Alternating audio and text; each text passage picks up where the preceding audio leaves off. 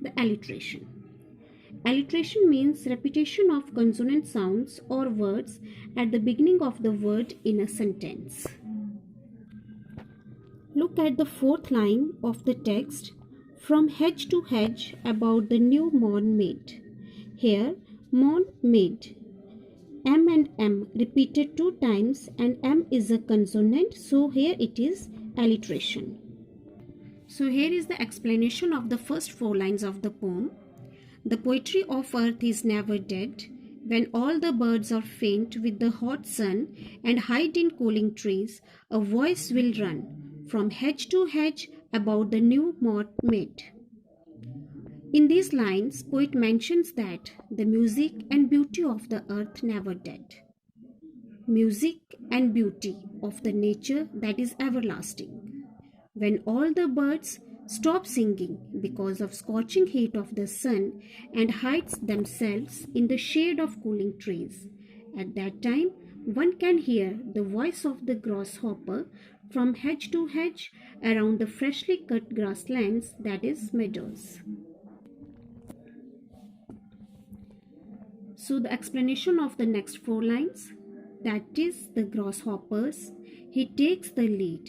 In summer luxury he has never done with his delights, for when tired out with fun, he rests at ease beneath some pleasant weed. Here the poet mentions that grasshopper hopping around tirelessly and takes rest under some shady weed when he tired out. He continues to sing delighting until he is satisfied, and when he is tired, he takes rest under some shady weed. So here is the explanation of the last 6 lines of the poem, that is known as sestet. The poetry of earth is ceasing never.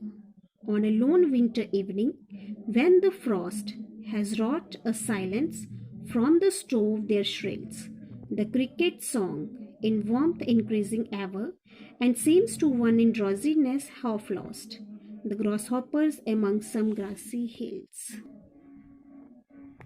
Here the poet, he repeats the main theme of the sonnet, that is, the song of the nature is never silent or it never comes to an end. In winter season, the cricket, he takes place of grasshopper. In an isolated winter evening, when frost has put everyone and everything to silent mode, one can still hear the song of cricket from the stove. The people hear the sound of cricket in their houses. To someone half asleep, it may seem to be a grasshopper's song coming from grassy hills.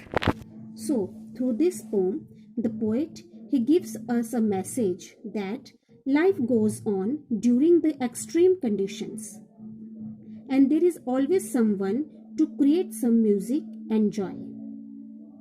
Thank you.